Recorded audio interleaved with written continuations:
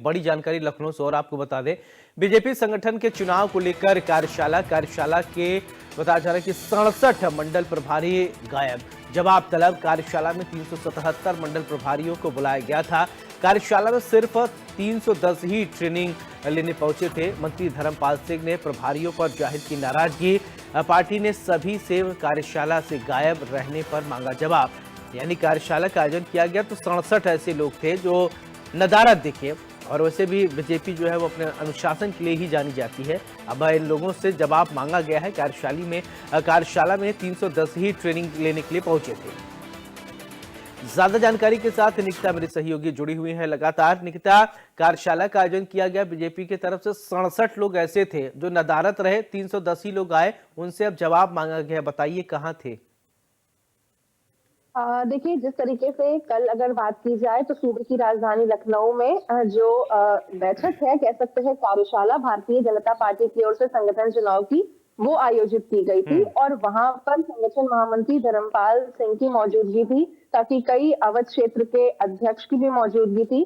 तो फिलहाल ये देखा गया वहां सौरभ की संगठन चुनाव को लेकर के पार्टी कितना गंभीर है, इसी को मॉनिटरिंग करने की ये जो बैठक थी वो थी। लेकिन लखनऊ जिले से कई प्रभारी भारतीय जनता पार्टी चुनाव की जो आचार संहिता है और साथ ही रीति नीति सिखाने के लिए मंगलवार को जिस तरीके से कार्यशाला हुई, उसमें 67 मंडल प्रभारी थे जो गायब मिले, यानी उनकी मौजूदगी नहीं थी, उनको एब्सेंट मार्क किया गया। और वर्कशॉप में 377 मंडल प्रभारी को जबकि बुलाया गया था, पर कार्यशाला में सिर्फ 310 ही ट्रेनिंग लेने पहुंचे थे।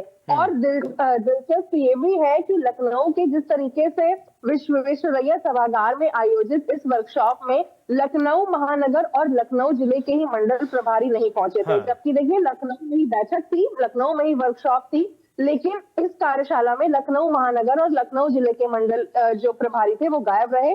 और पार्टी के प्रदेश संगठन महामंत्री धर्मपाल सिंह की बात की जाए तो उन्होंने संगठन चुनाव की वर्कशॉप से गायब रहने वाले जितने भी मंडल प्रभारी हैं उन पर नाराजगी भी जाहिर की।